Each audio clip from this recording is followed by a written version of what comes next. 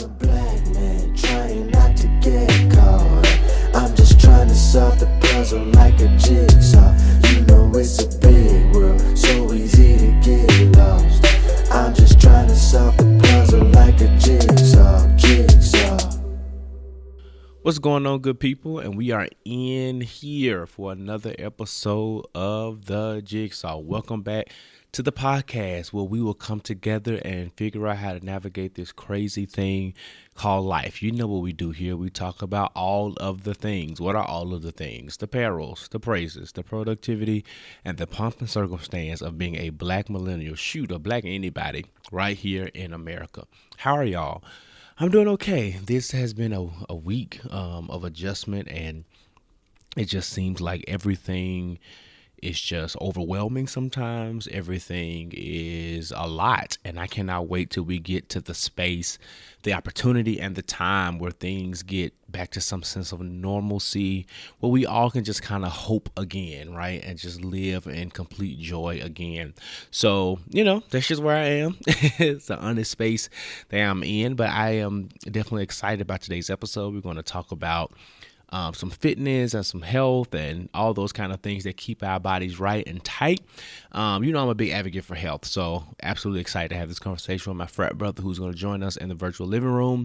And even when we get into the billboard, we're going to kind of keep it light. I know there's a bunch of craziness going on, but I don't really want to deal with all of that this week. So let's get ready and go directly into the Blessed Up Report, y'all.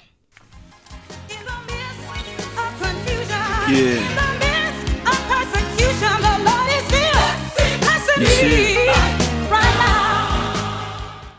This week in the Blessed Report, we shout out Miss Williams and Miss Edmonds of Monroe County High School right here in Georgia, the state of Georgia. They did a cover of Jack Harlow's song What's Poppin'. It's one of the more popular songs that's on the radio right now. I rock with it, but anyway, they did a cover of that song to welcome back all of their students to class this coming week or next week, probably when they start, right? And they were not silly like the people in Paulding County high schools who are actually going to go, or went rather, in person, but they're going to do virtual learning. And they just did a really creative way with rap and music and dance to kind of get those students hype. Even my two children, my 6 and my 9-year-old, are finding it hard to be really excited about going back to school because it's so different, right? So I can only imagine that high schoolers are finding it hard because from what I remember from high school, it is a lot of social interaction, like some crazy social interaction sometimes, but definitely still social interaction. And to have that kind of taken away from you can really make the school year difficult to navigate. But shout out to these teachers who are doing their job, stepping up to the plate. Black people always doing what we do, and it is turning lemons into lemonade and using what seemingly can be something that's very bad or something that can be, way down on our spirits, and making it into a moment that is necessary. I don't want to say necessary, but making it to a moment, that helps bring us joy and helps us rethink and have perspective on something. We are able to take things and own them and make joy and cultural statements with it. And I'm so excited about what these teachers are going to do for this school year. And I'm super hyped about how they are making the best of what they've been given. So shout out to those teachers. Bless up. We wish you an amazing school year. All right. This week in the Billboard, we have one of our skin folk who we've kind of disowned over the years, definitely kicked her out of the cookout, Stacey Dash. She has been married, and her husband claims that he was hypnotized, that he was coerced in a way by a pastor through prayer and saying that this was the right time, that they should have gotten married, and he wants the marriage to be annulled. Now, in most states, I think they've been married a few years, and it is way past the annulment period, but I would assume that based on what he's saying happened, they got him into the marriage. He doesn't want the marriage to ever to have existed, right? So don't think that that's going to happen. But I can see how marrying Stacey Dash would not necessarily be something that I would do on purpose. So I'm not going to fault that man, but I highly doubt that he's going to get his specific petition granted. If you know anything, I think we talked about it maybe a couple of weeks ago, that Netflix was bringing back a few of the really popular black sitcoms, and Moesha was one of them. Now, a lot of people, it was also one of the first. So it came out first, and people have been watching it and been nostalgic about it. And the thing about it is that Moesha didn't age well. And I kind of disagree with it not aging well. And here's the reason why, right? I do believe that they had some problematic things, fat shaming and disrespect and all these other kind of things that happened within the show. But honestly, none of those, like Moesha wasn't really a good friend when you watched it live. You know what I'm saying? She was not a respectful child to her parents when you watched it live. Frank was not a really good model of a father holistically when you watched it live. So I don't know that it didn't age well, but more so that we now have language to put to some of the more things that made us scratch our heads. I will say it's interesting though, watching it as a 30-year-old makes me kind of sit in the seat of the parents a little bit more. And while Brandy's character Moesha was not the ideal teen, I really think she represents a lot of teenagers, old and new, and especially ones that come from more privileged backgrounds, right? Her stepmom was a principal. Her dad owned his own car dealership. They lived in like the Baldwin Hills community, the Black Hollywood, right, of LA. So I think she's a representation of, what privilege can look like and how you mismanage it and how you kind of overthink and overcompensate based on your experience in the world and not consider that of your friends, Kim, Hakeem, Niecy, right, and everybody else that she surrounded herself with. Even her choice in a boyfriend, I think, was trying to prove a point that she could still be down, but still wants to be kind of this rich, prissy, privileged girl. So, I mean, it's a lot of different dynamics in the show. I think the show was groundbreaking for whatever it was at that time. But to say that it didn't age well, I think a lot of people are saying that it didn't age well. And I would agree to an extent, but I also think that a lot of other things that we deemed problematic as we look at it through our 2020 lens was problematic when we looked at it through our mid-90s, early 2000s lens as well. So that's that on that. I do think that we should continue to look at it and also realize that the times that we were in, right? I will forever be an advocate that says that history does not excuse one of accountability or does not excuse one of their actions. But what I will say that what history does do is provide perspective, and a lot of things that we are in an uproar about, or maybe we think is wrong now, we did not necessarily think that way then, right? So I think that we have to also give it grace from that perspective and just enjoy it for what it is, and that is art, and that's television, right? So if you want to write your think pieces, write them. I really don't care, child. But I've been seeing a lot of people talk about some of the different nuances in Moesha and, thought it was necessary to bring up. Lastly, but certainly not least right here on the billboard, is that you do know that we are in the dead heat of election season. And the Democratic National Convention was happening the last few days, and I'm finishing up the podcast while also watching, making sure I do not miss former president, my forever president, Barack Obama, my homegirl Hillary Clinton, Elizabeth Warren, and the historic candidate of Kamala Harris tonight giving their speeches. Said all that to say, in opening night, Michelle Obama, former First Lady, gave a rousing speech, and it was just absolutely amazing. It was so heartfelt. She talked about the need for empathy. She talked about how this current person who sits in the president's office does not have the capability to really be a president. And she talked about how if you didn't think things could get worse, do not mistake yourself, because they definitely can.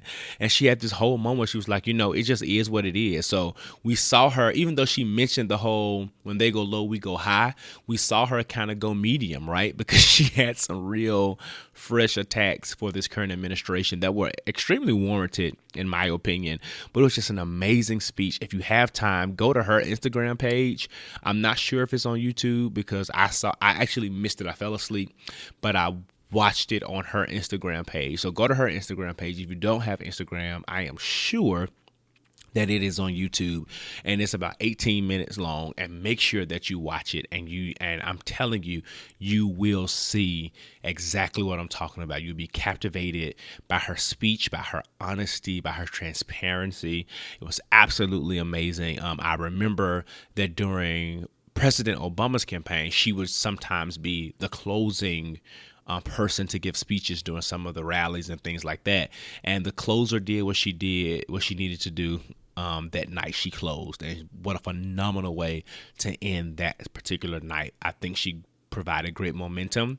I do not think that her speech was for us per se, right? Because I think a lot of us respond well to Michelle Obama specifically, but I think what her speech did was kind of galvanize and rally a lot of those white women and that mixed crowd that followed her on that book tour, that national book tour that she was on, and it provided voice and reasoning and a gathering of people who typically probably would not vote for a Joe Biden. Because if we're real honest about the election 4 years ago, that it was white women who kind of put Trump over the edge in the votes, regardless of all the things of his misogyny and all those type of things. So I think that's what her speech was meant to accomplish, and hopefully it did that. But anyway, that's it for the billboard. You know how we do. Grab your drink, grab your snack, grab your water, whatever it is that you're about to grab. Let's go take a seat in the virtual living room and let's have this conversation.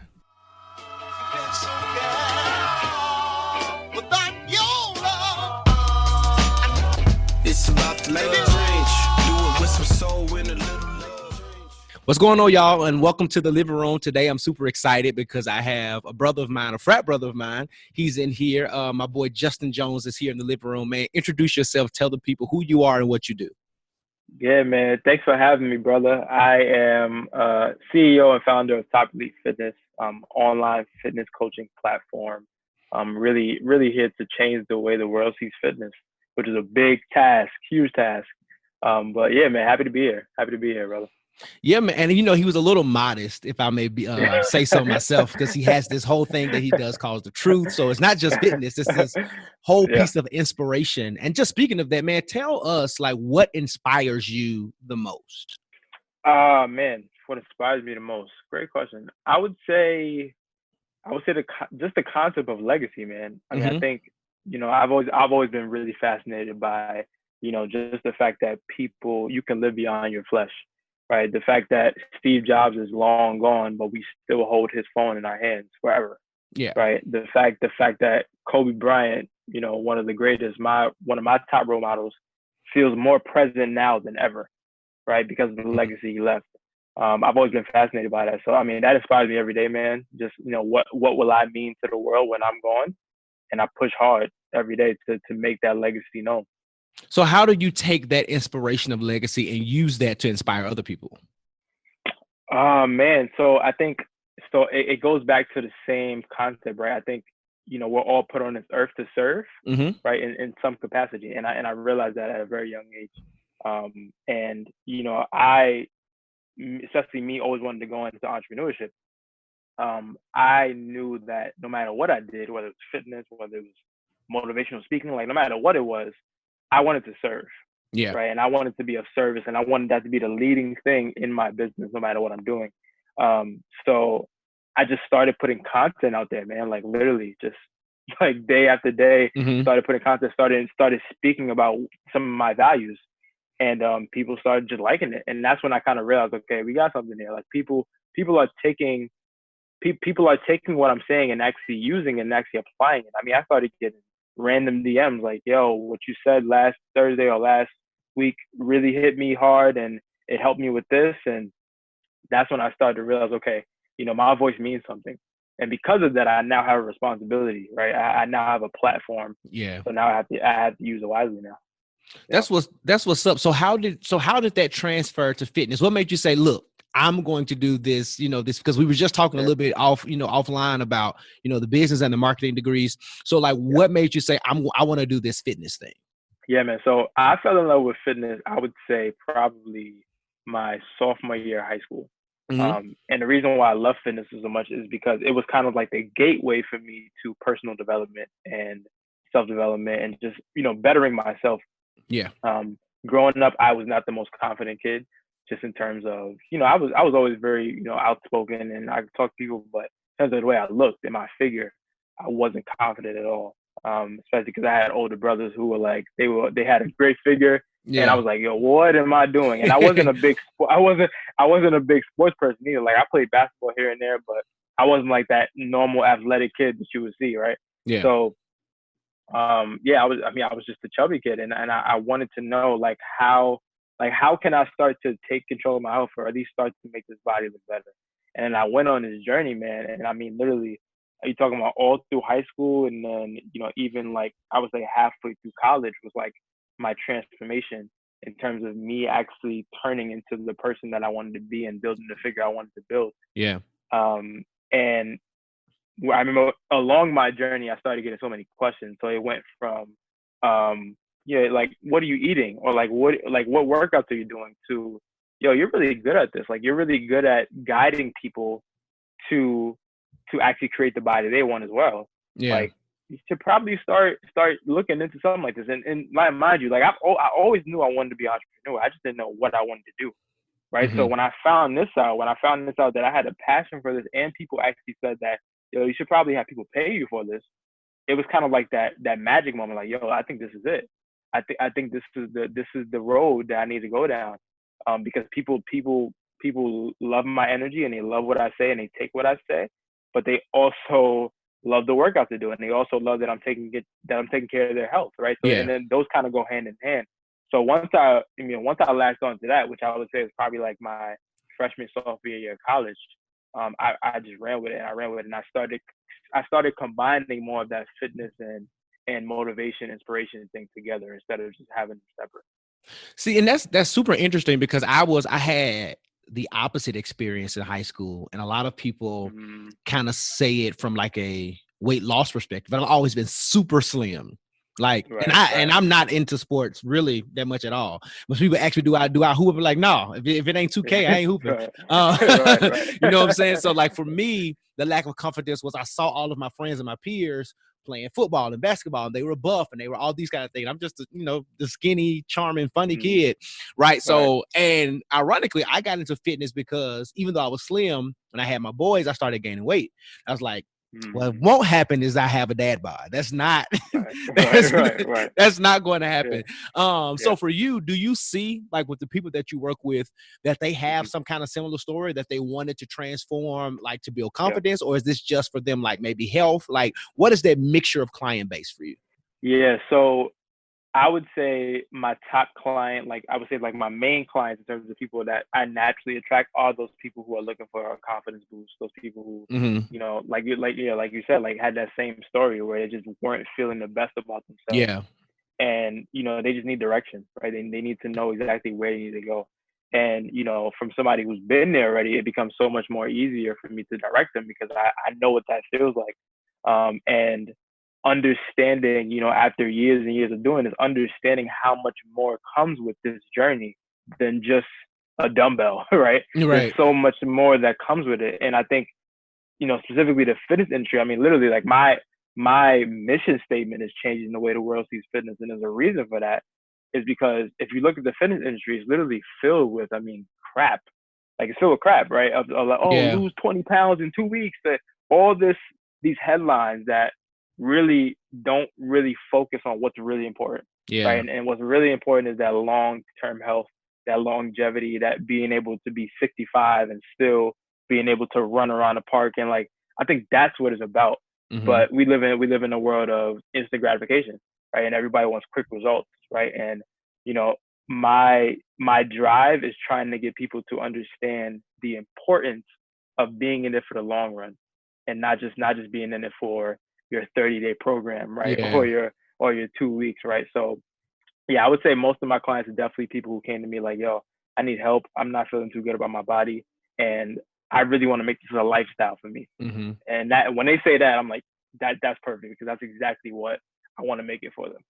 Right. So would you say you push more for people to be more health conscious, or more I guess body image conscious, or Yeah. is there something wrong with saying, like, I just want to look good?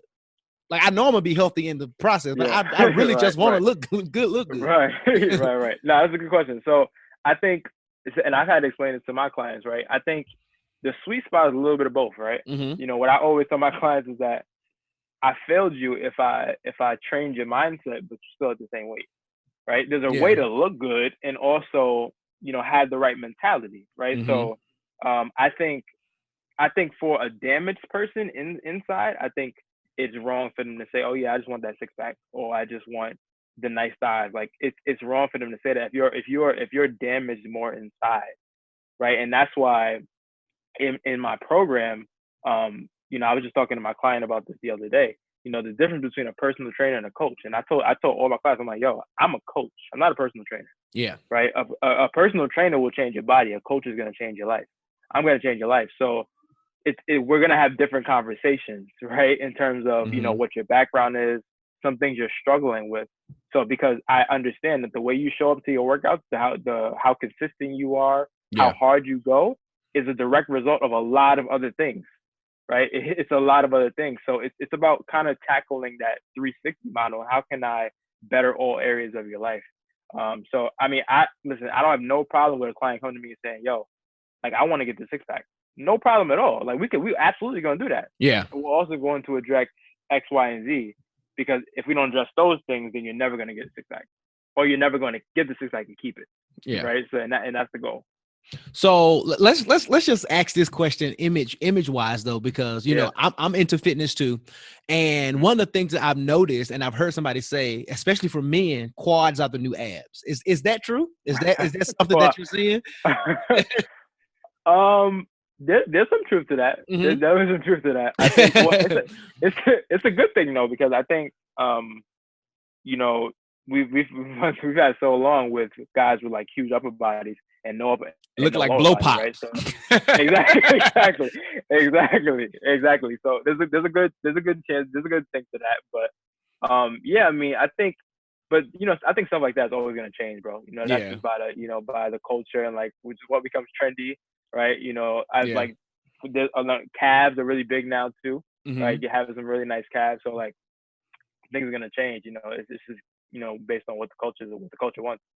That's what's up. So you touched on it just a little bit earlier, but what differentiates you and Top Elite Fitness from some of the other trainers, especially virtual trainers? Because we're seeing an uptick, and now that big Rona is here, damaging everything. Everybody's going virtual. So like, what has made you like so special? Like, what makes you different? Yeah. So listen, there's a lot of people out there, but what I will say is everybody has different motives. Right. That's what I'll say. And I being in the industry, I know a lot of people. I know a lot of people in the industry. I know a lot of people who sell these programs. Right. And what I will say is that Top Elite Fitness, and I've named the academy the Top Life Academy, and we can kind of get into what exactly that is. But what I will say is that my goal for the academy is to, when you leave, I literally want you to be able to say, my family will be okay for generations upon generations upon generations because of the skills and the principles that I've learned in this program. Now, if you think about that, that's a big task on me, right? Yeah. But literally, like, when you come in the academy, like, the 3 pillars are fitness, nutrition, legacy. Right? A lot of people, if you look at their 3 pillars, they'll say something like fitness, nutrition, accountability, right? Which is good. So accountability is great, and that's in the program. But there's a reason I put legacy there, and it's because I want you to be able to literally change the narrative of your family, because that's what I'm doing for mine. Yeah. Right. Like, especially in Black households, health problems are high. Right. We don't have the best health information, and we didn't grow up the best way when it comes to taking care of our bodies. There's a big thing that needs to be fixed in that community, but it's not only the Black community, right? I don't only have African American clients, right? Yeah. These are people of all races, of all colors, struggle with this stuff. And a lot of times, especially, and we get into this when I first talk to them before they even join, a lot of times they're like, yo, Justin, like, I have literally like my great grandfather had diabetes, and my grandfather had diabetes, and my grandma has high blood pressure. I have a lot of people in my family that are struggling, right? And when I hear that, I'm like that's it. Like, that's your motivation right there, right? Because that's what it was for me, and that's what it still is for me, right? It's changing the narrative. So it's not what you asked about. What makes me different? What makes me different is that when you come into my program, it's not just about you, right? It's about how will your future kid look at you because of the things you learn now, right? And how will you set the example, right? And that's why I require so much of my clients. That's why I hold them accountable so much, and that's why I'm so attached to their life, because I understand how big of a task that is, right? I understand that I'm fighting for somebody that you might not is not even here on this earth yet, right? Your future child, right? Or your future wife or your future husband, right? I'm fighting for other people that I haven't met yet, right? But I think that's the goal, and I think if if people continue to just pass down an acknowledgement, I mean, I think that's how we create a better world, bro, in every way. So with that particular mindset, how do Yeah. you handle what I like to call your problem children? The one, Mm-hmm. conflict. They don't want to do it. They, you know what I'm saying? They're bucking up against the Yeah. system of the program. Like, how do you handle Right. that? Yeah. So I've ran into a couple. Right? I've ran Okay. into a couple, and it's not the most fun thing in the world. Yeah. I would tell you that. Especially when I was first starting out, it was very hard to how do I put this? It was very hard to care about my clients so much and really be invested in their lives, Mm-hmm. but still be okay with the fact that one day they might wake up and be like, yo, I just don't want to work with you anymore. And I don't even know, like, that may have nothing to do with me. Yeah. Right. But it's like, as a coach, there's also a level of detachment you also have to have. Right. And I didn't, and I couldn't accept that when I first started. But I have a coach, right? I have a coach, and he's like my mentor. And, I think it's important that even coaches have coaches, and we can get into that too. But one of the things I talk to him about is kind of this, and he kind of helped me understand, like, you have to have this level of detachment, because everything is like, it's not always going to be about you. And when they're not committed, or, when they're not showing up, when they're not doing their workouts, like, there's but so much that you can do. Right. And Mm-hmm. that's what I Mm-hmm. really had to realize. And that's when I think even my quality of clients started to increase, because I started to stay up front, like, yo, this is going to be a commitment. Yeah. This is going to be a commitment. And I don't, like, it doesn't matter how much mindset training I give you. I can't do everything for you. I will give you the clear blueprint. I will tell you, this is the path you need to go down. But ultimately, you have to do the work. Right? Ultimately, Yeah. you have to just show up. Day in, day out, you have to show up. And if you show up, I promise you, I'm going to change your life. But I can't do anything if you're 50% there, 60% there. You got to be 100% in. Right. So when I started being more clear about that, instead of just being like, nice, oh, I want to take everybody, I want to take the whole world. Mm-hmm. That's when my quality of clients started to increase, and I started to have way better experiences with the people I work with. So I really started being a lot more upfront Yeah. about, like, what this program requires, because it's not for everybody. Right. But if you're willing to put in the work, and if you're willing to, humble yourself and just listen and follow a clear plan, a clear strategy that works, then we're going to get you there. You said a couple of things that I think were like real gems. One is Yeah. that every coach needs a coach. And I don't care Yeah. how much of a leader you are, whether it's you feel like you were born a leader, you were molded into one. I think we all do ourselves a disservice if we think just because we've reached a certain level that we too still don't need mentorship and accountability and coaching, because, I've reached a certain level in my life, but I still have my mentors and my coaches and people who I call on for different things, right? Another thing that you said too was that not taking it personal when there's like, they might wake up and be like, this ain't for me or whatever. Right. And I think the beauty in that, Justin, is knowing, and this is for everyone listening, knowing that there's a specific group of people who are called to your voice.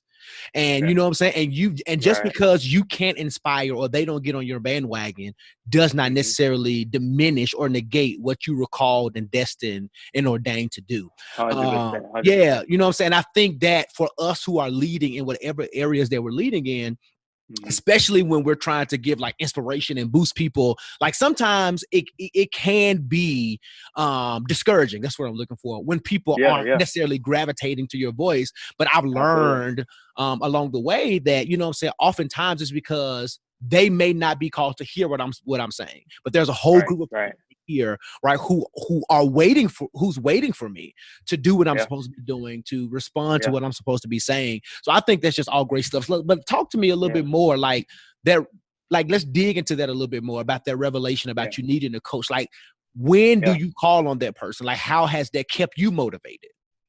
Yeah. I mean, me having a coach, I mean, and I've had a coach. I hired a coach back in April. Yeah. It was either March or April. Right. And it's changed my life. It's changed my life. I mean, every coach needs a coach. I mean, that's one of the truest statements that I live by. I mean, even, you don't have to be a rocket science. I mean, the best athletes in the world have a coach. Yeah. Right. Like LeBron James has a coach. Right. Like, it's like you just have to look around you and see the realities of it, right? And I think you know, people have really strong egos, right? Which can stir you away from having somebody to mentor you and to humble yourself. But I think if you talk about the way my coach has affected me, yeah, I mean, literally, like, and I think especially, you know, you talk about finding that person.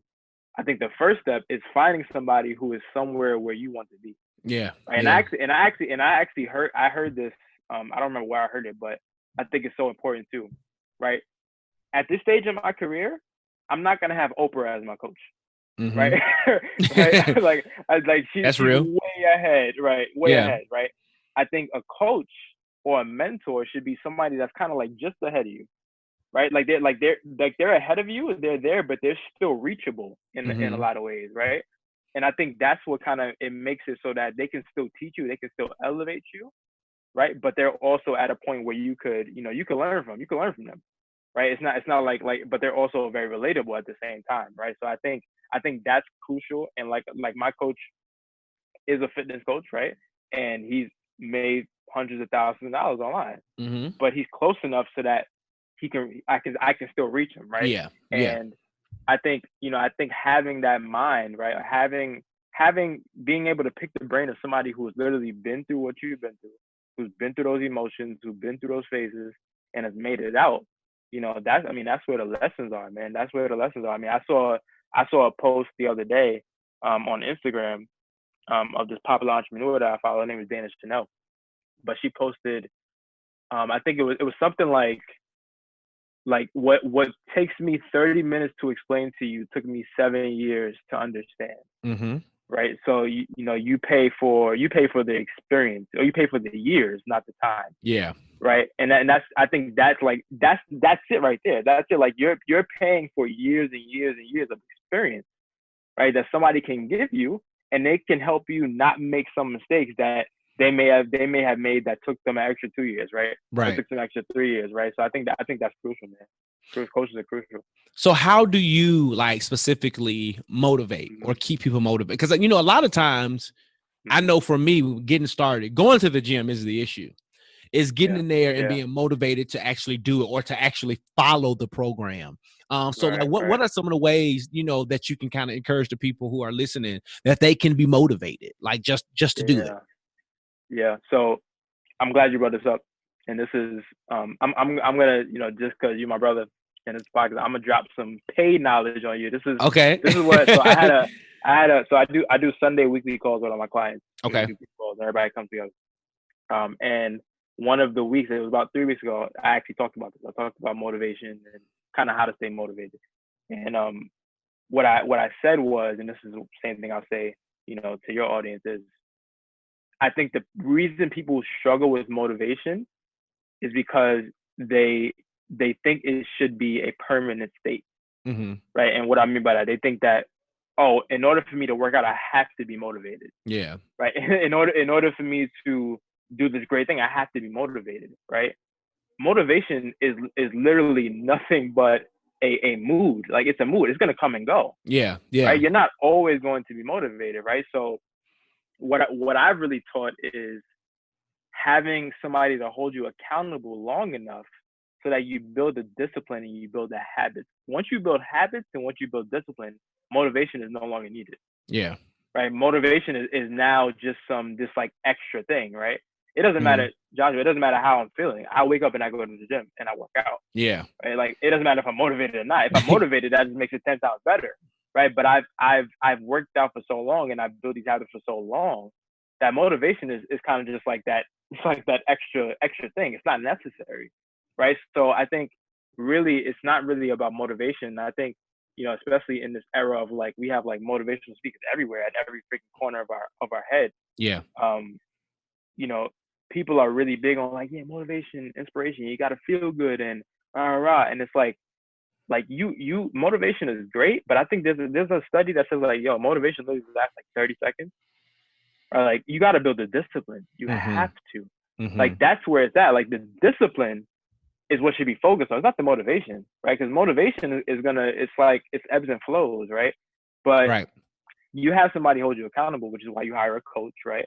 which is why my clients hire me, because I hold them accountable for months on end, to the point that by the time you get to month 4, month 5, you've been doing this every single day. You've had somebody holding you accountable every single day.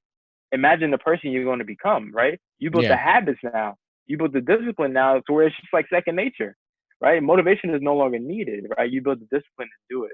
So I think, understanding that, just understanding the reality of life and understanding that, you're not always going to be motivated.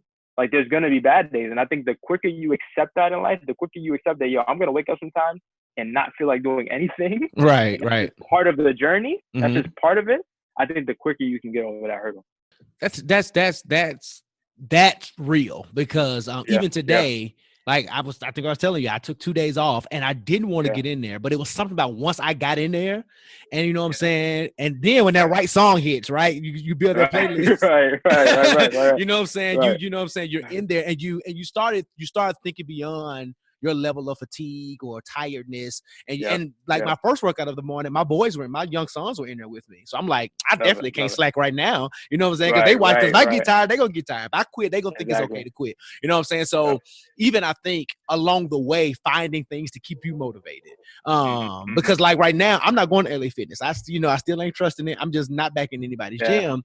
And I built out this little mini gym at my home. And one of the things that I worried about was, like, even when I went to LA Fitness, while I didn't have a workout partner per se there, you see the familiar faces because I went there at the same time every day. And just like seeing other people killing it is motivation within itself. But now I'm in a place where I have to get, like you said, I have to make sure that I am disciplined enough to keep reaching the goals, to keep going after, securing my legacy, in a sort as well. Right. So let's talk real quick about why the name Top Elite. Like, let's go into that. Well, like, what was the inspiration behind that? Yeah. So a funny story. So my first name was supposed to be Top Fitness. That was my first name was supposed to be. It sounds good off the tongue. I was like, I'm doing this. I ended up finding out that was trademarked already. Okay. So I had to pick another name. I promise you, man. Like, I remember the day like it was yesterday when I was just trying to figure out names. And I'm talking about like name generators. I'm going through everything because I'm realizing, like, everything is taken, right? Everything is taken. So I remember I said Top Elite, and like it kind of just flowed well. Yeah. It flowed well. And what I did was, and I think anybody, if you have, entrepreneurs or aspiring entrepreneurs listen to that, I think anybody should do this, is kind of work backwards, right? So a lot of people, when they want to start a business, they think like the first thing they think of is the name, right? I kind of worked backwards, meaning I started looking at, okay, what do I want to do? What is my mission for the company? And then the name will kind of form from that. Yeah.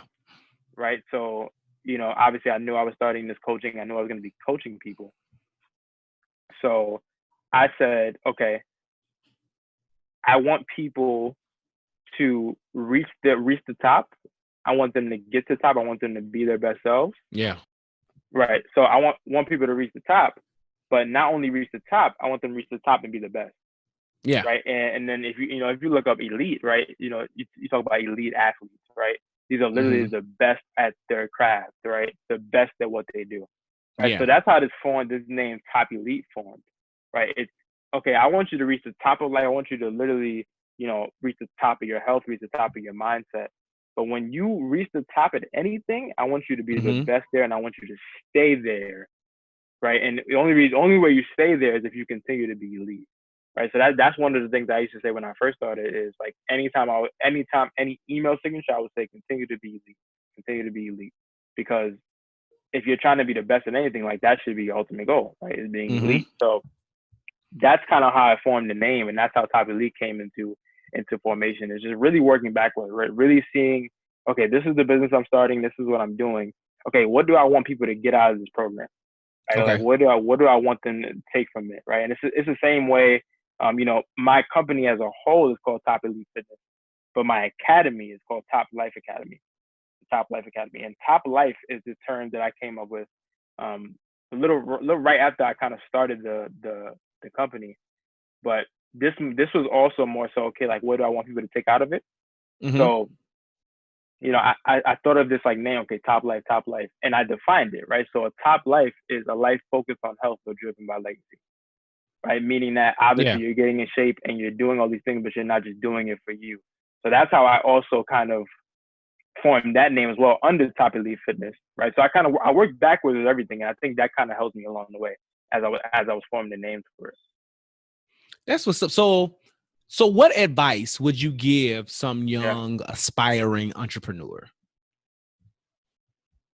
Oh man, that's a lot because I'm still a young aspiring Yeah. right? I'm still working, right? But I know I can definitely say up until this point, man, I've learned a lot. Yeah. And I was talking to one of Fabros too, actually. I was talking to him about this, and I think just really number one, right? Be of service, right? Yeah. If you are not leading from service, or if you are not starting a business from a place of service, you want to serve people, then stop right now, right? Stop right now, because you're going in the wrong direction, right? And we live in this very money hungry culture, especially with, it's make money from anywhere, and it's just like it's a different world right now. So people are very focused on the dollar, and I just think if you really want to go through this entrepreneurship stuff, like money, it can't be only motivation. Right. You will give up if money is your only motivation, right? But if you are from a place of service, then it's gonna push you to keep going. So that's number one. I guess I'll give like three things. Number two is don't be afraid to take risks, man. I mean, that's part of the game. Right. I mean, to hire my coach back in April, I mean, it cost me thousands of dollars, man. I don't have thousands of dollars, right? But yeah. But I made it happen. And it's one of the best decisions I made up until this point. It's the reason why I've been so successful even so early in business. Because I understood very early in my entrepreneurial journey the importance of investing in yourself, right? And the importance of putting your money where your mouth is, pretty much. So I would definitely say don't be afraid to take risks. I mean, if you want to be an entrepreneur, it's part of the game. It's part of the game. And number three, and this is really important.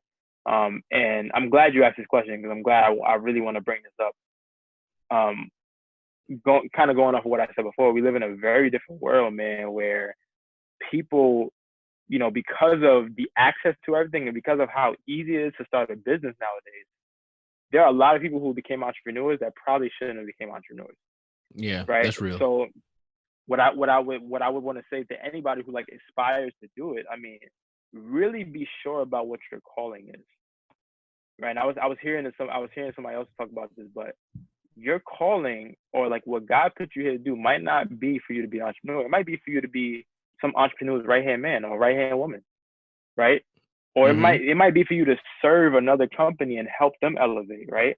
Yeah. But I feel like a lot of people, right, it's all about, oh no, I need to be the star of the show, right? So I need to be head honcho, right? When in reality, that may not be the position you need to be in, right? Everybody's called, right? Right? There's the Jordans of the world, and then there's Scottie Pippens. They're both just as necessary, right? And I think people really need to do that self-reflection, that self-assessment of like, who do I need to be in this world? So I would definitely say, man, like if you are not ready to live this lifestyle, to do the late nights, to sacrifice the going out and this like the still living like the average person, if you're not ready to pretty much sacrifice a lot of things in your life, then entrepreneurship is probably not for you.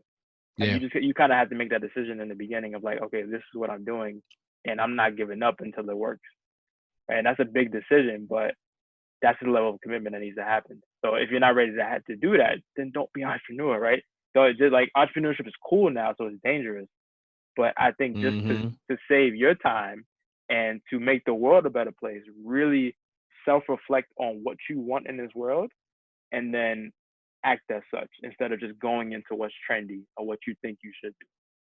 Yeah, that's so real. But as we get ready to close out, I want to ask you this. Yeah.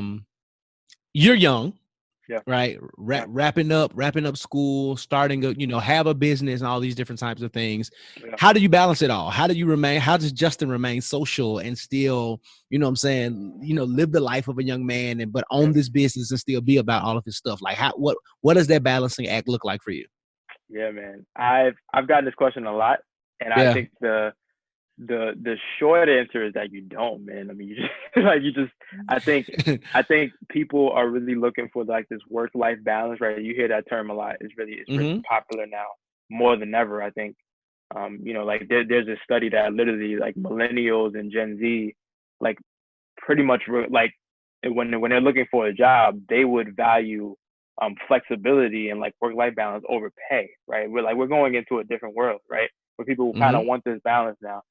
But I think, I have a lot going on, and I think, I mean, you just figured out along the way, right? You figured out Yeah. along the way, and I think really what helps me is, number one, my faith, right? So, my faith in God and really keeping me grounded, right? Even through the long nights, and even when it starts to get hard, keeping me grounded and keeping me Mm-hmm. focused on what's important, right? I have a family, I'm in a relationship, right?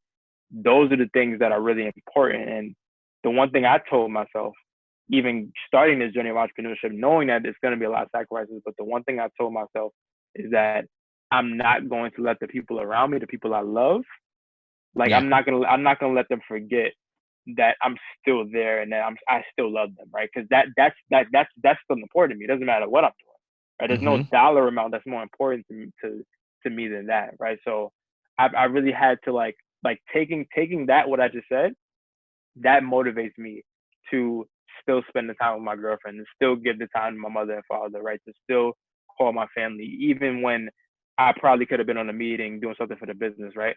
So Yeah. like being grounded in a lot of ways and really keeping me centered on what's really important, right? And what's really important, not the dollar amount, it's not the success of the business. What's really important, and man, is my mental health and my happiness and just the legacy I leave. That's what's really important, right? And I don't, like I said, I just don't.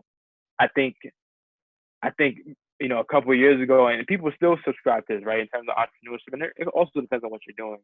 I think that old model of like, oh, you can't see your family for 3 months, and you gotta just disappear and be in this one room for like months on end, and you can't do nothing else but work on the business. Man, I don't subscribe to that belief, right? I think hard You work know. is necessary. Right? I think, and I understand what you're saying, because I think hard work is necessary in a lot of ways, and there are going to be sacrifices. Mm-hmm. But I also believe that for longevity purposes, right, for me to be 50 years old and still be going hard, I think it depends on, the habits I have now and how happy I am and how I take care of my mental health, man. So, I mean, you asked how do I balance it all, bro? It's just, yeah, like I said, it's just figuring it out along the way and just never forgetting what's important. Out of Yeah. all things, no matter how big the business gets, no matter how fast it's growing, no matter how busy it's getting, never forgetting what's important, and that's my relationships. That's awesome, man. Because you're absolutely right. I do not Yeah, subscribe to the, yeah, real entrepreneurs don't sleep. Blah blah blah. I need sleep in right, order to, exactly, exactly, right, in order to be energized and to do what uh, I need to do. You know what I'm saying? And like you said, I have a wife and children. Even if I yep, did not, I would still have family and friends and just yeah, needing the. Sometimes you just need the escape. To 100%, have that interaction or to just be by yourself or whatever it is, right? right, So I think that's very honest and transparent that you may not have it figured out, but the work-life balance is the fact that you're figuring it out and you're right, creating right, spaces and pockets to be able to unplug and to spend time and to still, and make sacrifices when necessary, right? You may yeah, not be able to go to the next frat party because you got a big meeting, but that right, doesn't mean you're going to miss all of them. You know what I'm saying? So like, it's just figuring it out and how you want to do that. But bro, exactly. thanks, man, for Thank being you. in the virtual living room. Yeah. Before we close out this segment, tell the people how they can follow you or even some ways they can connect and some things you may have going on. Yeah, man. So, Top Elite Fit on Instagram, Top Elite Fitness on Facebook. You can follow my personal account at Incredible. The C is a K, and then the E at the end of Incredible is a 3. You can follow me there. I post pretty much posting daily, just daily gems, right? Daily gems to keep you focused, man. Um, yeah, Twitter as well, Top Elite Fitness. You can find me there as well. But a couple things I got going on, man. We moving, right? I'm presenting for a virtual student conference in November. It's Okay. called the National Conference of Student Leadership. I was actually at that conference about 2 years ago, and I stayed pretty close with the organizers, and they're actually bringing me back as a speaker now that I have my own business. Nice. So I'll be presenting there in the next couple of months, man. Um, got a few announcements coming up that I don't think I'm gonna announce yet. Okay. But yeah, got some apparel coming out as well for the business that I'm gonna start selling, because people started really asking me like, "Yo, can I get some shirts? Can I get some shirts? Where they at?"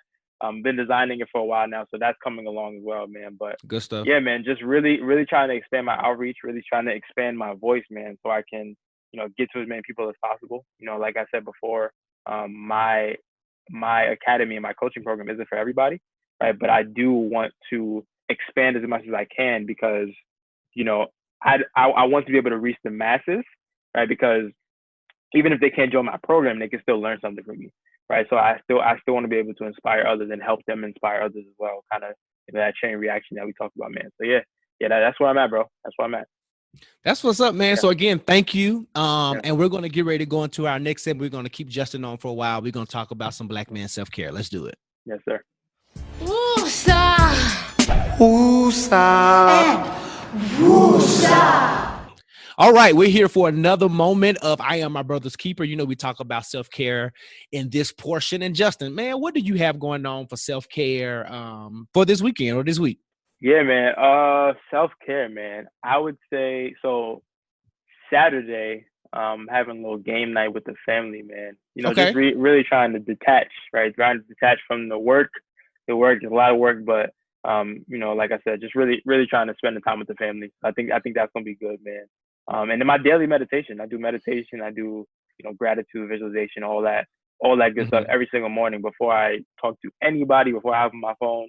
Right. So that daily dose of that helps keeps me grounded, it keeps me sane, it keeps my mind right. So that's what's up, man. So for me this week, I'm probably gonna dust off my keyboard and see what those chops look like. I know this has been a time to rediscover hobbies, to learn new ones, and my love for music has never left.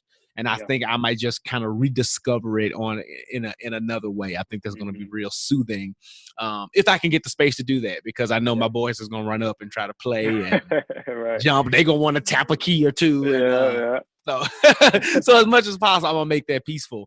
Amazing, but again, bro, thank you for joining. You dropped some really great nuggets and gems. Definitely won't be the last time we'll be talking on this platform. But we're about to get ready to wrap the show up. We're going to do this last segment we call a greater conversation. Let's get ready and do it, y'all. Bro, let me talk! Let me talk! So this week on A Greater Conversation, I don't have a whole lot to rant and to rave about. I'm just going to say this. Wash your hands, wash your tails, keep your mask on, use your hand sanitizer, wipe your spaces down, keep your houses clean, stay out of folks' face, acknowledge social distancing because COVID-19 is still real and it is still killing people. Contrary to popular belief, contrary to what you may be seeing on TV, contrary to what you see on Instagram, contrary to what the golden fish orange Cheeto is saying in office, do all of the aforementioned things so that we can go back to normal at some point, okay? People need their money. People need their jobs. People need to be able to get out. People need to be able to see their families. People need to be able to see their loved ones and to communicate with them and to live a life that is really indicative of what we all learned in school at some point, Maslow's hierarchy of needs. We're missing out on those needs because there's an entire cohort of fools who do not want to wash their hands, wash their butts, wear their masks, use their sanitizer, and stay their butts at home if at all necessary. Okay? That's all I have because people are peopling and it is not okay. Anyway, all right, that wraps up another episode of A Greater Conversation. We want to thank Justin again for coming through and blessing us in the living room with some gems about health and wellness and even business and entrepreneurship. Shout out to him for that. I want to encourage you all to vote. I told you that as we got closer, I will be on my bandwagon about it. And yeah. In terms of announcements, I'm sure if you follow the IG page, you saw that one of the changes that's going to happen is not only that we're introducing Sunday school. How did y'all like Sunday school? Was it cool? I hope you did. Marcus is coming. Marcus was on there and we had a really great conversation. We got somebody else dope coming this Sunday. So look out for that mini series. But the announcement that I wanted to give you all was the one about a co-host. There will be a permanent guest right here in the virtual living room. I am not exposing who it is yet, but you will find out very soon. And you will probably find out before I announce it on social media. So this time, I said that there was a guest coming, and then now, I'm kind of confirming that here, but the next time I will confirm that on here and then make the announcement that Thursday morning, probably. All right. I think that's the marketing technique I'm going to give you all. So I'm super excited about that level of growth. I'm excited about how the podcast is going to shift and grow and get better and develop. So yeah, I'm excited about that. So as always, you can contact us via email at thejigsawpodcast@gmail.com. You can also follow us on Instagram at The Jigsaw Podcast. You can follow me personally at I am Josh Rogers.